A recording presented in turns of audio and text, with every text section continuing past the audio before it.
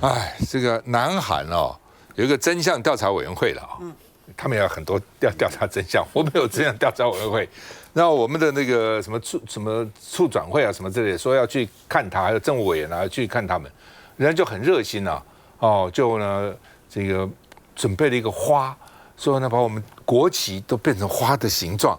还有3天以前就买了非常在南韩来讲非常贵的、非常昂贵、非常尊贵、非常高贵的这个茶点，结果我们头一天晚上跟他说不去了，哦，那你就很失望啊。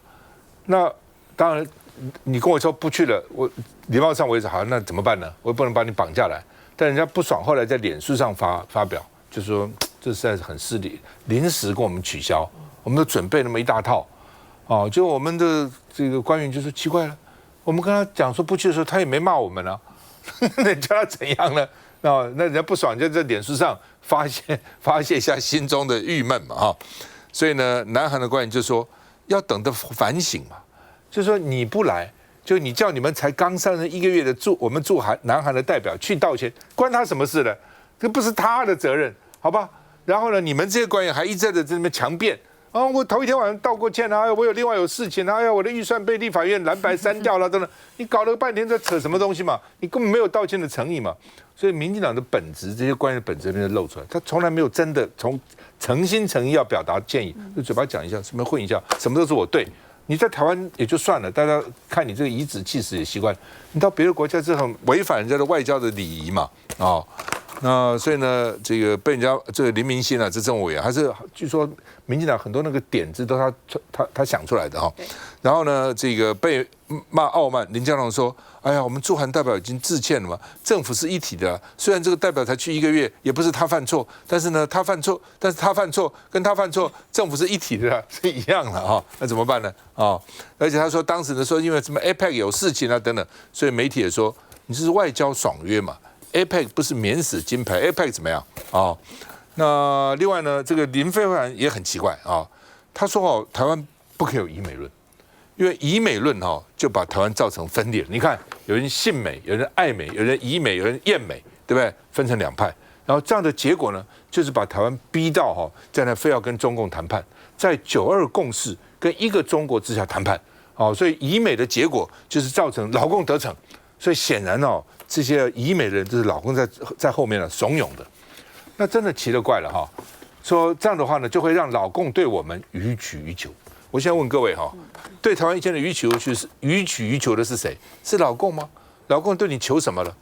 老共要你的什么了？对你予求是美国啊，美国才对我们予取予求，不是吗？对不对？关税20%加 N， 还有将来投资多少还谈不定。开放什么样的这个美国产品进来都谈不定，这是谁对我们予取予求？你在大陆是你一直人家让你利，对不对？然后你一直这个赚钱，过去几年你自己算算，过去20年我们赚了大陆多少钱？赚了多少钱？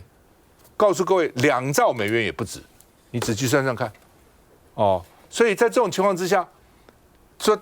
大陆对你予取予求，大陆当然有很多地方我们是不喜欢他们的制度啊，或者他们天天说飞机绕来绕去啊等等，我们不喜欢他啊，不喜欢他这样做。老美，你抱了他大腿，因为你抱他大腿，他才对你予取予求嘛。而且以美论只有我们疑吗？美国自己不疑吗？你去问拜登和他疑不疑？哦，你问美国民主党疑不疑？你现在问日本疑不疑？问南韩疑不疑？问印度疑不疑？问菲律宾疑不疑？只有我们吗？别人都可以移，就是我们不能移。林飞帆讲些什么鬼话嘛？我们看一下。政府是一体的哈。那在这件事情发生之后我就责成我们驻韩的代表邱高伟大使亲自去拜访韩方的官员，对方呢也在脸书贴文，他们对这件事情的处理就是因为我们邱大使除了沟通之外，也有代表表达歉意所以他也了解这之间有一些他们接洽的问题，所以我们就期待未来有进一步交流的机会。洪伟，我先讲一下那个我们的官员的林明熙这样的一个爽约，那真的是丢脸丢到国外去。那而且呢，他的态度真的非常非常恶劣那甚至呢，被披露之后呢，他还说，哎，我们后来有道歉啊。那像这个南韩的官员呢，还这样发文呢，他们觉得质感诧异。我不晓得你在诧异些什么东西，意思就是说，哎，我已经跟你道歉过了啊，你怎么可以再把这个事情掀出来呢？哦，这是不是很丢脸的一件事情？所以我觉得就是说，民进党的这个政府真的把他们的官员呢，真的宠坏了，宠到呢认为任何事情只要拿出来哦蓝白那个乱删预算，好就可以当他的挡箭牌，不然的话就是啊这些事情都是中共渗透，他也可以当他的挡箭牌。所以这次他讲了一个说是因为蓝白乱删预算，使得他的政务好他没有办法兼顾。那大家就完全没有办法接受啊！那你干脆那个就像那个这个青鸟去出征民进党的信评部所算了，好，你就说这个南韩官员被中共渗透了，所以你才来指责我。所以这本来就是台湾外交上的一个真的很丢脸的地方。确实，外交部真的是帮这个林明昕这个收拾烂摊子。那我在这边，我甚至听到一些消息哦，因为现在大家不讲说内阁改组，这个林明昕哦，其实是在左内阁里面非常重要，很多什么那种视线呐，哈，什么要不要复议呀，他都是很重要的哦，提供一些这个点子的人。那甚至他可能还要再去争取，就是如果内阁改组以后，他去当部会的首长，我觉得这个人真的不可以用啊！内阁改组第一个应该把他换掉啊！这么丢脸的事情还要留在内阁里面，那难道我们全部都是这样？我们台湾外交都白做的吗？好，那另外一件事情啊，就是林非凡从09万。变成020万，好，因为他现在是国安会副秘书长哦，你看位置也变得很高，对不对？钱也领得很多，但是呢，脑子变少了哈。他竟然说这个我们不能够以美论，以美论呢，又变成说呢，这事实上又是配合中共，让中共可以予取予求。我跟你讲啊，民进党政府里面就是一堆这些奇奇怪怪的人。譬如说，我们之前在讲说要不要再继续普发现金，现在行政院说要普发现金1万块，他不是讲吗？哈，沈伯洋，我问沈伯洋那他说，说我们说普发现金1万块，我们是配合中国啊，配合中国穷台啊，记不记得？他说，哎呀，我们台湾呢会在这种笑声中啊就被卖掉了，这是穷台。好，那我想请问一下，现在行政院要把这个普发现金1万块送到立法院，哈。左内阁要普发现金，请问一下沈伯洋要讲什么呢？好，所以你今天包含沈伯洋也好，或者林非凡也好，刚才讲说我们到底能不能以美？我们要对美国予取予求，然后什么条件通通接受吗？那更重要的是啊，其实你可以看到美国也好或日本也好，最近的舆论非常不利于赖清德。我们刚才讲林明昕根本就是火上浇油。最近不是那个美国的一个前国务院的资深顾问讲了吗？他把赖清德批评一顿，把萧美琴批评一顿。他甚至讲说啊，怎么我们都在那边捧萧美琴啊？好是什么在美国华府圈呐、什么是重要的外交官？他说根本胡说八道，没有，他根本都得罪川普政府了。然后他甚至讲说，美国是羞辱式的拒绝。那个他过境啊，因为他说你不要过境那个美东，那个赖清德不行嘛，因为他一定要跟那个蔡英文比较，最后呢没有办法过境美国，就取消了出访我们邦交国的。你看人家指证莉莉哦，一件事一件事的批评你，结果我们的外交部有说话吗？总统府不是喜欢出来澄清吗？总统府通通没有澄清哦。接下来最近美国的这个外交家杂志又披露，他说当美国政府、川普政府拒绝赖清德过境美国的时候，他说有没有一个美国重量级的这些国会议员出来讲话？没有。他说过去大家都讲了，都要说哎，要帮台湾讲话啊，要让台湾那个被国际社会那个接受啊，等等之类。结果这次呢，赖清德不能过境美国，没有重量级的国会议员帮他讲话。请问一下，总统府有出来澄清吗？外交部有出来澄清吗？很好笑，今天不是以美论，是美国的政坛、美国的媒体在依赖论。好，你以为依赖论只有美国的政坛跟媒体吗？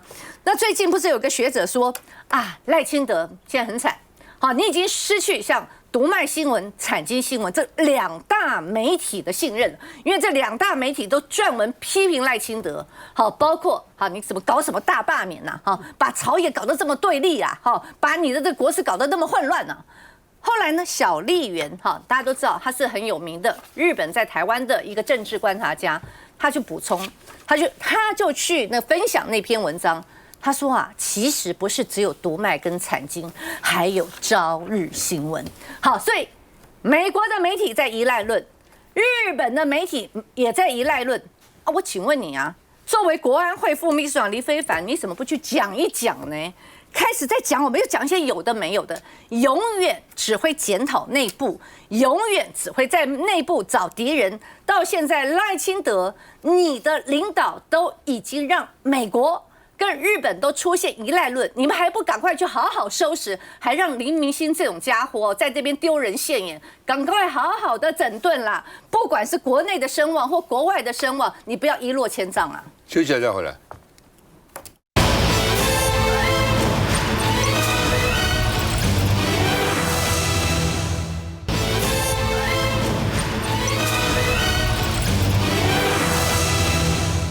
好，汇率加关税会不会造成我们的产业大迁徙？第三波之前有过2波哈。那另外呢，劳动部说哇会有什么几万人失业等等，结果劳工团体说你讲什么4万5万起码100万，什么4万5万，不管多少万了哈。那现在呢说呢扩大到9大产业都会适用，那无薪假补贴你最高12100块无薪，这12100他能怎么样呢？但是呢，如果一个人马马虎虎咬紧牙那如果一家人怎么办呢？那另外呢，这个劳工团体就质疑了，说订单如果减少，那你这个方案有什么用呢？我们现在问题是订单减少谁一个月在乎你拿个12100亿那是没办法中的办法了。最好是不要到这个地步嘛，不要到放无薪假的地步嘛。那经贸办说为了解决关税20%加 N， 所以呢支持产业加码200亿所以比原来的这个钱呢再增加所以让这个特别条例产业930亿再加200亿那么另外今天行政院会通过了哈。我们看南韩南韩呢它其实15%关税它跌加不过南韩因为跟美国有自由贸易协定的，所以它本来关税也就是几乎都是0了但是呢还是要砸3500亿去投资那台湾现在谈不下来那到底怎么办？那经贸办说，南韩的工具机原税率是0，就讲废话嘛。他为什么原税率0？就是因为他跟美国签有自由贸易协定嘛，我们没有签嘛，对不对？所以我们原来是有什么4%、6%、8%、10%、12%不等的，对不同的这个行业嘛。所以你去讲这干嘛呢？那你原来就要告诉我们啊。你看，你当时有跟我们讲韩国是0吗？有些人知道，有些人大部分人都并不知道。你说韩国跟我们一样也是跌加。大家以为说那这样我们也跌加，韩国也跌加还好，就人家跌加是20加0，你是20加 N， 你跟他一样吗？对，你这边多了5%，那边人家是0，你还加上去，你事先要告诉我们你就是一个不诚实，不告诉我们开始不讲清楚事后才讲才自己他也跌加跌加什么？好吧，这个所以呢，谈判又黑箱又丧事喜办。明明是不好，说很好我们从32变成20而且很进步啦还要怎样呢？等等。好，那么民进党说谈判没有黑箱，我们是已经很努力做到透明公开了，所以你们应该给谈判团队最大的支持。告诉各位，没有人不给谈判团队支持，大家都希望我们谈得好，真的希望谈得好，他们谈得好对台湾好，每个人都好台湾的经济好不好，攸关每个人蓝蓝绿绿都没有差，没有人不支持。问题是你有对我们好吗？你谈判团队真的告诉我们你怎么谈的吗？我们知道韩国什么条件，知道日本什么条件，知道这个菲律宾什么条件，知道越南，知道泰国，知道印尼知道巴西，都知道，我们就不知道我们自己什么条件，那是怪我们吗？还是你不告诉我们什么努力做到公开透明？你公开的什么？给立法院秘密会议1张 A4 的纸，而且1张大家轮流看，这叫做公开透明我们看一下。什么意思？还要调查？你知道这些数据都是在网络上都查得到的吗？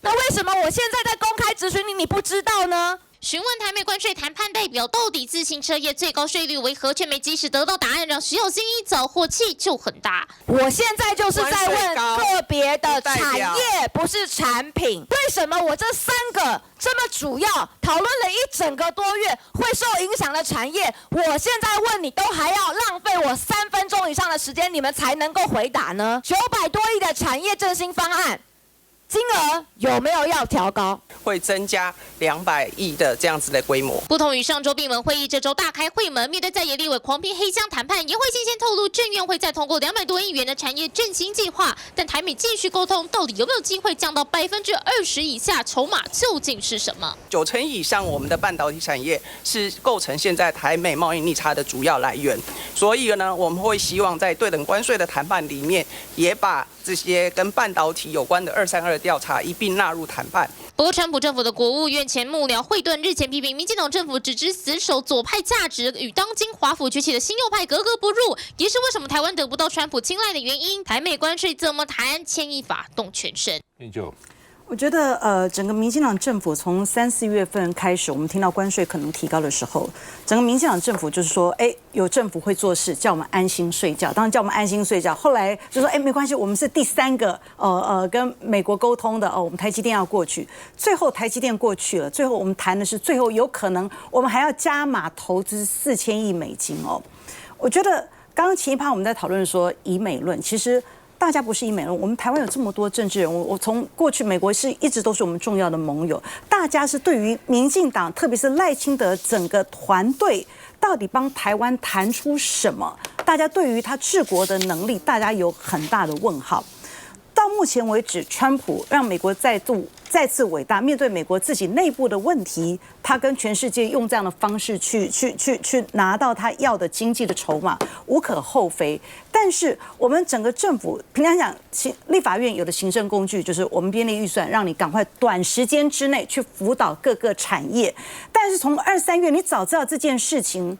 经济部到底对于包括我们跟日本、跟南韩工具机、模具机组、医材这些对我们的冲击，我们应该有很多套不同的版本来去做因应。他们谈15%，我们做20%的话，我们要怎么办？长期我们要怎么去处理？如果产业转到第3地的时候，我们要怎么办？其实一个领导人最重要，我还记得美国面临经济大萧条的时候，罗斯福总统在围炉边的谈话，他怎么样带领美国起来？他说没问题。其实。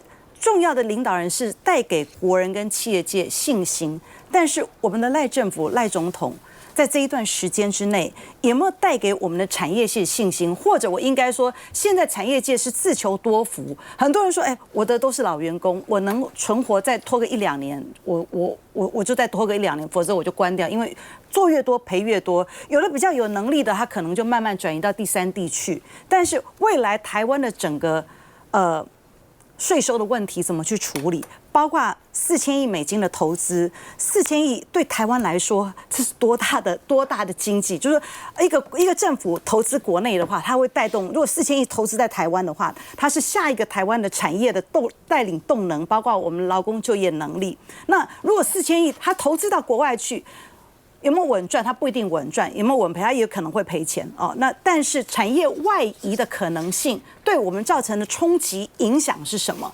我觉得，每一届政府4年，赖清德4年，他应该去评估到4年、8年我们的产业下一个阶段护国群山在哪里？但是不是说我投资美国4000亿，然后我们外汇现在持续的买美债，这个都要持续的盘点税损，还有我们政府的税收。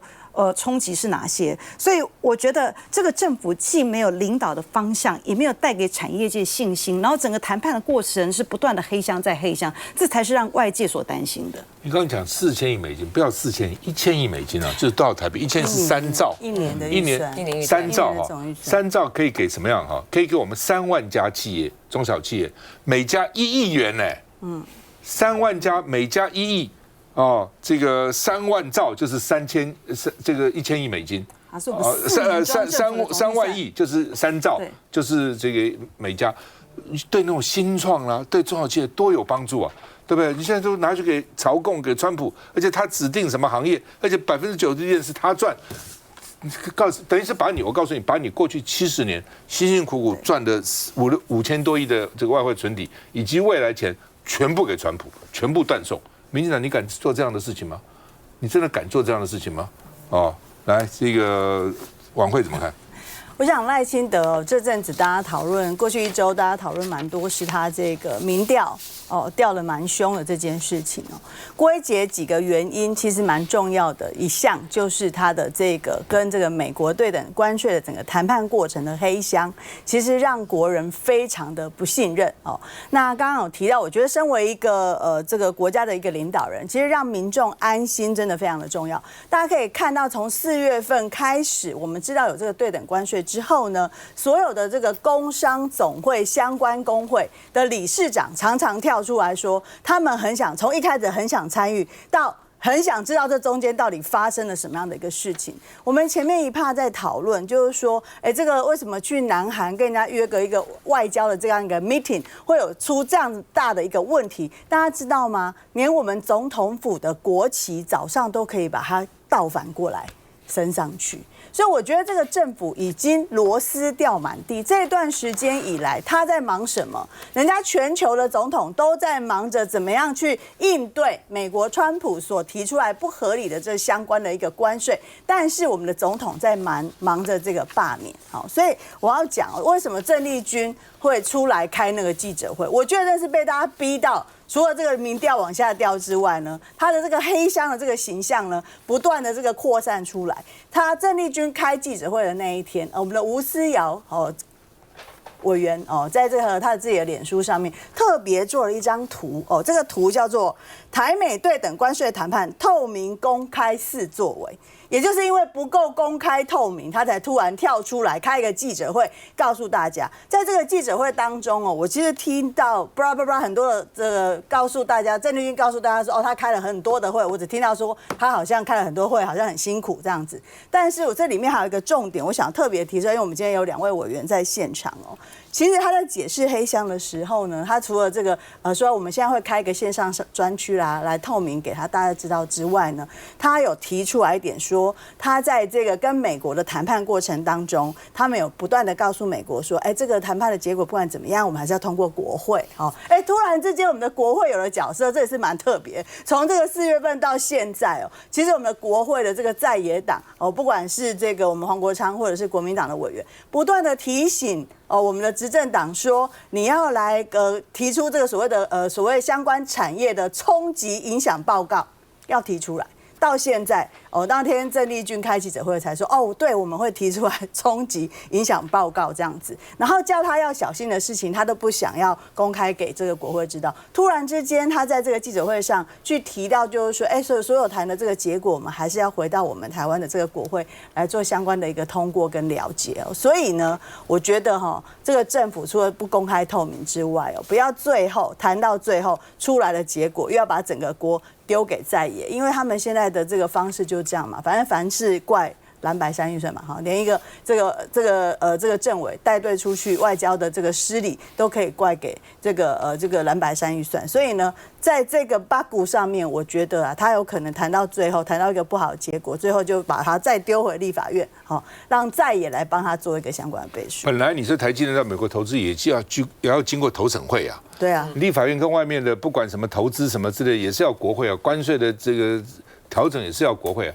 民进党知道，只是他原来是想拖过726啊，726后民进党把国民党大罢免都不在了，王委员什么吕委员都不在了，民进党这一党独大，什么是案子上的国会都会通过啊，他所以那个时候不愿意透露给你啊，就努力搞大罢免啊，没想到老百姓眼睛是雪亮的大罢免搞了一个25-0啊，对不对？那民进党现在怎么办呢？只好说将来还是要给国会，将来还是要给国会，好不好？郭志辉说，在公布关税20%那天，还设宴款待监委然后呢，主题叫"当我们快乐在一起"，这个在贵宾厅里面，而且这个芙蓉的贵宾厅消费呢6万块起跳6万块起跳，其实不便宜包括赵永清啊，这个翁启慧啊等等那而且不含水酒这个还要加1层服务费所以呢，这个另外呢，这个经济部赶快澄清，说我们部长只是客人不是主人，质疑就离开